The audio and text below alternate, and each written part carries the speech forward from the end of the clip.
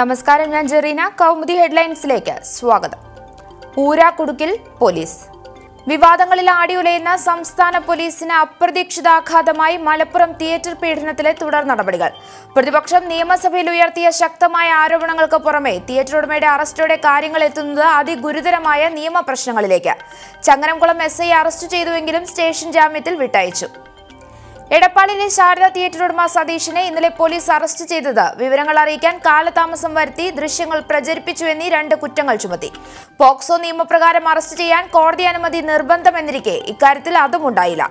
Arrest വിവാദമായപ്പോൾ station ജാമ്യം നൽകി ഇയാളെ വിട്ടയച്ചതും നിയമവിരുദ്ധം.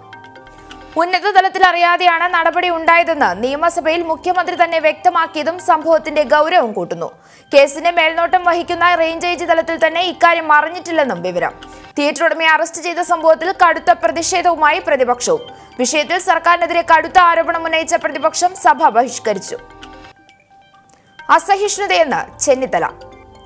നിയമസഭയുടെ 2ാം ദിനവും സ്പീക്കറുടെ നടപടിയിൽ പ്രതിപക്ഷ പ്രതിഷേധം. നിയമസഭയിൽ പ്രതിപക്ഷ MLA-മാരോട് സ്പീക്കർ അസഹിഷ്ണുത കാട്ടുന്നുവെന്ന് പ്രതിപക്ഷ നേതാവ് രമേശ് ചെന്നിത്തല. മന്ത്രിമാർക്കും ഭരണപക്ഷ MLA-മാർക്കും ചോദ്യം ചോദിക്കാനും മറുപടി പറയാനും ധാരാളം സമയം സ്പീക്കർ അനുവദിക്കുന്നുണ്ട്. എന്നാൽ പ്രതിപക്ഷ MLA-മാർ ചോദ്യങ്ങൾ ഉന്നയിക്കുമ്പോൾ അദ്ദേഹം അസഹിഷ്ണുത പ്രകടിപ്പിച്ചുകൊണ്ട് സമയം അനുവദിക്കാതെ ഇടപെടുന്നുവെന്ന് ആരോപണം. ചെന്നിത്തലയെ ചൊടിപ്പിച്ചത് പെട്രോൾ ഡീസൽ വില വർധനവ് സംബന്ധിച്ച് നടത്തിയ അഭിപ്രായ പ്രകടനത്തിൽ സ്പീക്കർ ഇടപെട്ടത്. പെട്രോളിന്റെയും ഡീസലിന്റെയും വില വർദ്ധിക്കുമ്പോൾ സംസ്ഥാനത്തിന് ലഭിക്കേണ്ട നികുതി ഒഴിവാക്കാൻ നടപടിയെടുക്കണമെന്നും മുൻപ് ഉമ്മൻചാണ്ടി സർക്കാരിന്റെ കാലത്ത് വില വർധനവുണ്ടായ സമയങ്ങളിൽ സംസ്ഥാനത്തിന് ലഭിക്കേണ്ട നികുതി വേണ്ടെന്ന് വെച്ച കാര്യം ഓർക്കണമെന്നും ചെന്നിത്തല. സർക്കാർ ഹൈക്കോടതിയിലേക്ക്. കോട്ടയത്തെ കെവിൻ വധക്കേസിൽ പോലീസുകാരുടെ ജാമ്യം റദ്ദാക്കണമെന്നാവശ്യപ്പെട്ട് സർക്കാർ ഹൈക്കോടതിയിലേക്ക്. ഇക്കാര്യം ആവശ്യപ്പെട്ട് സർക്കാർ നാളെ ഹൈക്കോടതിയിൽ ഹർജി നൽകും. നീക്കം പോലീസുകാർക്ക് ജാമ്യം അനുവദിച്ചത് കേസ് അന്വേഷണത്തെ ബാധിക്കുമെന്ന വിലയിരുത്തലിൽ. ഏറ്റുമാനൂർ മജിസ്ട്രേറ്റ് കോടതി കഴിഞ്ഞ ദിവസം ജാമ്യം അനുവദിച്ചത് Gandhinagar ASI TM Biju, civil police officer Ajayakumar എന്നിവർക്ക്. ഇരുവർക്കുമെതിരായ കേസ് മുഖ്യപ്രതി ഷാനു ചാക്കോയിൽ നിന്നും കൈക്കൂലി വാങ്ങിയെന്ന്. ഷാനുവിനെയും സുഹൃത്ത് ഇഷാനെയും പിടികൂടിയ ശേഷം പണം വാങ്ങി വിട്ടയച്ചത് ASI ബിജു ആണെന്ന് ഷാനു ചോദ്യം ചെയ്യലിൽ വെളിപ്പെടുത്തിയിരുന്നു. അതിനിടെ കെവിൻ വധക്കേസിൽ വീഴ്ച വരുത്തിയ പോലീസുകാർക്കെതിരെ കടുത്ത നടപടിക്ക് സാധ്യത.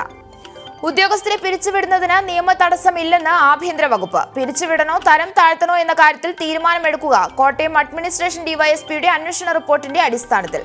കെവിനെ മുഖ്യപ്രതി ഷാനുവിന്റെ നേതൃത്വത്തിലുള്ള സംഘം വീട് കയറി ആക്രമിച്ച് തട്ടിക്കൊണ്ടുപോയത് അറിഞ്ഞിട്ടും നടപടി സ്വീകരിക്കാത്ത SI MS Shibu, ASI Biju, police driver Ajaykumar എന്നിവരുടേത് ഗുരുതര കൃത്യവിലോപം എന്നതിനാൽ പിരിച്ചുവിടണമെന്ന നിലപാടിൽ സർക്കാർ. ജസ്നയ്ക്കായി തിരച്ചിൽ. പത്തനംതിട്ടയിൽ നിന്നു ദുരൂഹ സാഹചര്യത്തിൽ കാണാതായ ബിരുദ വിദ്യാർത്ഥിനി ജസ്ന മരിയ ജെയിംസിനെ കണ്ടെത്താൻ ഇന്ന് വനത്തിൽ തിരച്ചിൽ നടത്തും. എരുമേലി, മുണ്ടക്കയം, കുട്ടിക്കാനം തുടങ്ങിയ സ്ഥലങ്ങളിലെ വനങ്ങളിലാണ് പരിശോധന നടത്തുന്നത്. കോട്ടയം, ഇടുക്കി, പത്തനംതിട്ട എന്നിവിടങ്ങളിൽ നിന്നുള്ള പോലീസും വനംവകുപ്പ് ഉദ്യോഗസ്ഥരുമാണ് തിരച്ചിൽ നടത്തുക. പോലീസ് ടീമിനൊപ്പം ജസ്ന പഠിച്ചിരുന്ന കാഞ്ഞിരപ്പള്ളി സെന്റ് ഡൊമിനിക്സ് കോളേജിലെ വിദ്യാർത്ഥികളും സംഘത്തിൽ.